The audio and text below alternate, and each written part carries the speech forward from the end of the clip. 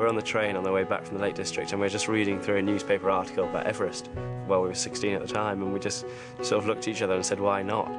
I thought, if I go about it the right way and look at the steps to get there, then it's definitely achievable.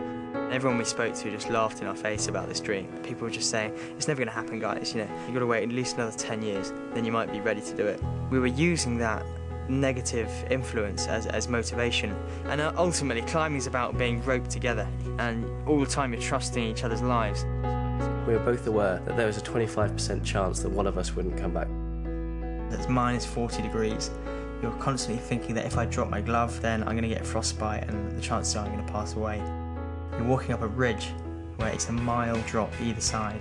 And you're just climbing further and further into the darkness, getting further and further away from safety.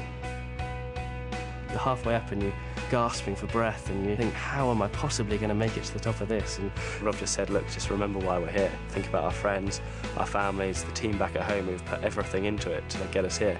And, you know, that's really the motivating factor. And then you end up on your summit bid. You finally get there, you run out of land, and that's it. You're on the summit of Everest.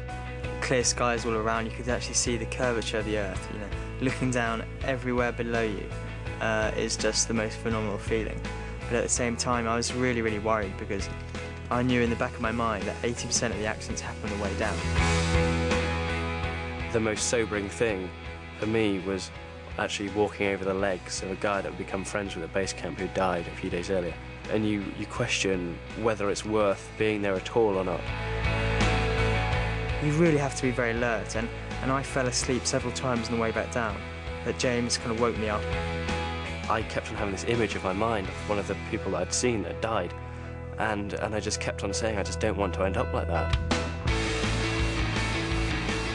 One foot in front of the other, one foot in front of the other. And if you just keep on putting one foot in front of the other, you're going to get to where you need to be.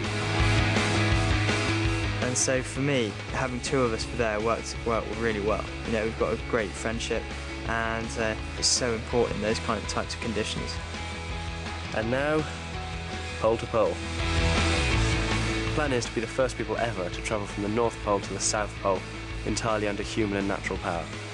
It just makes you realise, just doing a small thing like this, how huge this trip's going to be. It's a massive expedition. It's 22,000 miles long. It will take 11 months. When we go from the North Pole, it will be the equivalent of doing 40 marathons back to back. And then when we cycle down through the Americas, that's 12,000 miles of cycling. But I mean, that's the great thing about it, is the fact it will take us through so many different places, climates, cultures, and that's really, really exciting. For the pair of us, it's this burning desire to always push the boundaries. Everyone has their own Everest, and it's important that you've got to pursue it and find it and make sure you climb it. You can choose something which initially feels impossible, and by breaking it down into achievable goals, all of a sudden, anything becomes possible.